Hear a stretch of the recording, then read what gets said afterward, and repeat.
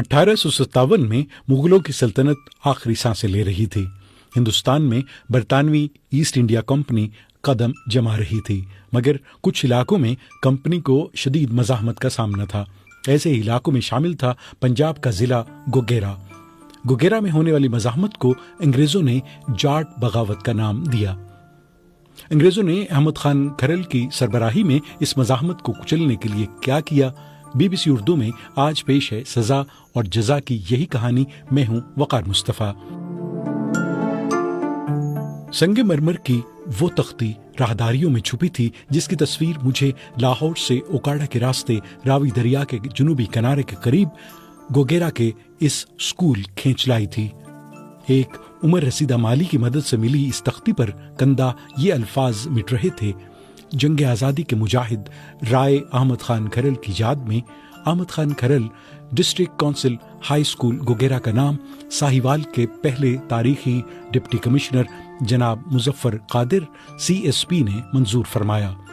नीचे उर्दू रस्मुल खत में इस वाक़े की तारीख दर्ज थी 13 मई 1967, यानी बरतानवी ईस्ट इंडिया कंपनी की हुकूमत के खिलाफ 1857 की मज़ाहमत के लगभग 110 साल बाद। तब मशरिक में फिरोजपुर और लाहौर, शिमाल में गुजरांवाला और झंग, मगरब में मुल्तान और जुनूब में दरियाए सतलुज तक फैले मुल्तान डिवीजन के ज़िले गोगेरा की आबादी 3 लाख से ज़ायद थी। गोगेरा में कंपनी अफसरों को मीरठ और दिल्ली में मकामी सिपाहियों की अंग्रेज़ों के खिलाफ मज़ाहमत और अंग्रेज़ सिपाहियों के कत्ल की खबर 13 मई 1857 को मिली। गोगेरा के असिस्टेंट कमिश्नर और कायम मकाम डिप्टी कमिश्नर NW एल्फिंस्टन ने खजाने के मुहाफिज के तौर पर यहाँ तयनात मकामी सिपाहियों को गैर मुसल्लह करके लाहौर भेज दिया। अंग्रेज इंतजामिया की म्यूटिनी रिपोर्ट्स से पता चलता है कि पंजाब के लोगों तक मज़ाहमत की ये खबर न पहुंचने देने के लिए खतूत का एहतियात से जायजा लिया जाता और जिनमें शोरिश का हवाला भी होता तकसीम न किए जाते। फिर भी ये खबर खरल कबीले के उमर रसीदा सरबरा अहमद खान तक पहुंची गई। म्यूटिनी रिपोर्ट्स के मुताबिक अहमद खान खरल दिल्ली और हांसी में मज़ाहमतकारों और दिल्ली में मुगल बादशाह से मुस्तकिल राबते में थे। अंग्रेजों की कमजोर हालत की खबर से यहाँ के लोगों ने हौसला पाया। जून 1857 की एक सुबह गोगेरा के extra assistant commissioner Leopold Fitzgerald Berkeley ने इलाके के सरदारों को तलब किया। नाबर कहानी में सईद भुट्टा लिखते हैं कि रावी के इस पार से अहमद खान खरल और सारंग खान आए। अंग्रेज अफसर ने बगावत से निपटने के लिए घोड़े और जवान मांगते हुए कहा कि वो बदले में उनके लिए अहम सरकारी एजाज की सिफारिश करेंगे। अहमद खान ने जवाब दिया, हम अपना घोड़ा, औरत और जमीन किसी के हवाले नहीं करते। 8 जुलाई 1857 को गोगेरा की तहसील पाकपतन के सतलुज किनारे एक गांव लखोके में जोया कबीले ने लगान देने से इनकार कर दिया। म्यूटिनी रिपोर्ट्स में बताया गया कि एल्फिंस्टन के हुक्म पर लंबरदारों और दीगर अहम अफराद को खवातीन और बच्चों समेत गिरफ्तार करके गोगेरा जेल में कैद कर दिया गया। अहमद खान की DC से मुलाकात के बाद कुछ लोगों को रिहा कर दिया गया, जिन्होंने उन्हें बताया कि अब भी बहुत से लोग कैद हैं। अहमद खान ने जेल दारोगा की मदद से खुफिया तौर पर जेल का दौरा किया। मकामी रिवायत है कि यहाँ उन्होंने नत्थू पीरोका, थोबा रजोका, सरदार भोजवाना और चावा वट्टू के साथ जेल तोड़ने का मंसूबा बनाया। 26 जुलाई की रात फरार की कोशिश में बरतानवी रिकॉर्ड के मुताबिक 17 कैदी हलाक और 33 जख्मी हुए। 18 भागने में कामयाब हो गए, मगर AD एजाज की किताब काल बुलेंदी से पता चलता है कि 135 कैदी हलाक हुए और उनकी लाशों को जेल के करीब एक पुराने कुएं में फेंक दिया गया, और ये भी कि जेल डिप्टी सुपरिंटेंडेंट समेत 100 से जायद बरतानवी और मकामी सिपाही मारे गए। अहमद खान खरल को जेल फरार की मनसूबाबंदी के इल्जाम में गिरफ्तार कर लिया गया, मगर म्यूटिनी रिपोर्ट्स के मुताबिक उनके खिलाफ सबूत न मिलने पर रिहा तो कर दिया गया, मगर रावी और सतलुज के इलाके के कबीलों के दीगर सरदारों की तरह बगैर इजाजत जिले सदर मकाम छोड़ने पर पाबंदी लगा दी गई। किताबचे के मुताबिक chief commissioner sir John Lawrence ने एल्फिंस्टन को अपने 18 सितंबर के खत में लिखा, आप चंद सरगनों पर मुकदमा चलाएं और उन्हें मौत की सजा दें, बहुत ज्यादा लोगों को फांसी न दें। मैं तो कहूंगा कि 10% से ज्यादा नहीं, बल्कि इससे कम, अगर ये काफी हो। मुल्क को बदमाशों से पाक कर दें। بعد میں انگریزوں نے چاوا وٹو کو پھانسی دے دی اور نتھو پیروکا اور تھوبا رجوکا کو کوڑوں کی سزا دی۔ مزاحمت کاروں کے خفیہ اجلاس جاری رہے۔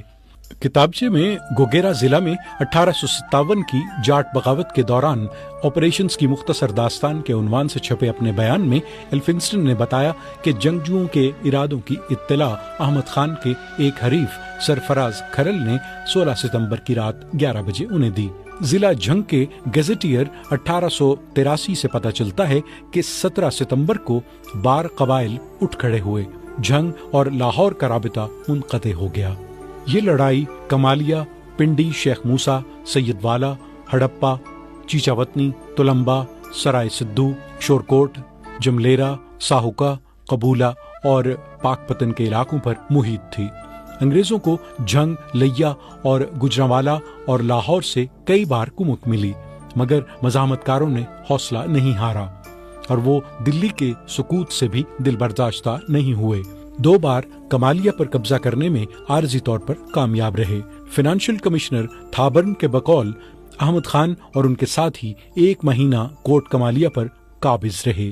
چیف کمشنر پنجاب کے سیکرٹری برانڈتھ نے لکھا ہے کہ 40 سے 50 میل کے علاقے میں 20 سے 30 ہزار باغی پھیلے ہوئے تھے۔ ایلفنسٹن نے برکلے کو 20 سواروں کے ساتھ بھیجا تاکہ وہ احمد خان کو ان کے گاؤں جھامرا کے سامنے راوی پار کرنے سے پہلے گرفتار کریں۔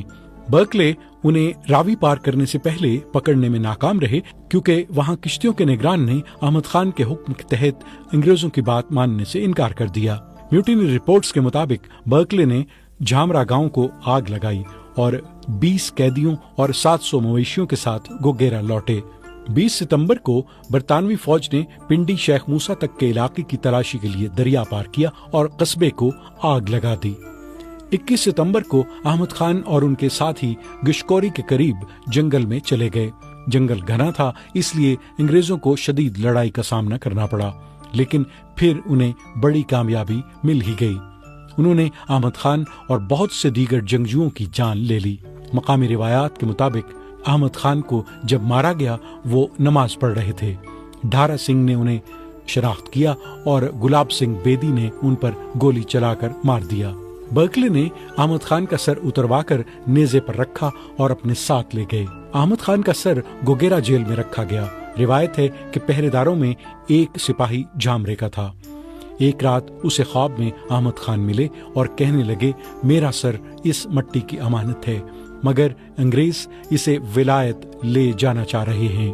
پہرے کی باری آئی تو سپاہی نے سر اتار کر گھڑے میں رکھا اور جھامرے لے آیا۔ رات کے اندھیرے میں احمد خان کی قبر ڈھونڈی اور کسی کو بتائے بغیر اس کے پاس سر دفنا کر لوٹ گیا۔ اگلے روز برکلے نے جنگل میں پیش قدمی کی اور مزاحمت کاروں کے ہاتھوں مارے گئے۔ مراد فتیانہ نے نیزے سے پہلی ضرب لگائی، سوجا بدرو نے ڈانگ سے کام تمام کر دیا۔ برکلے نے مرنے سے پہلے 6 لوگوں کی جان لی۔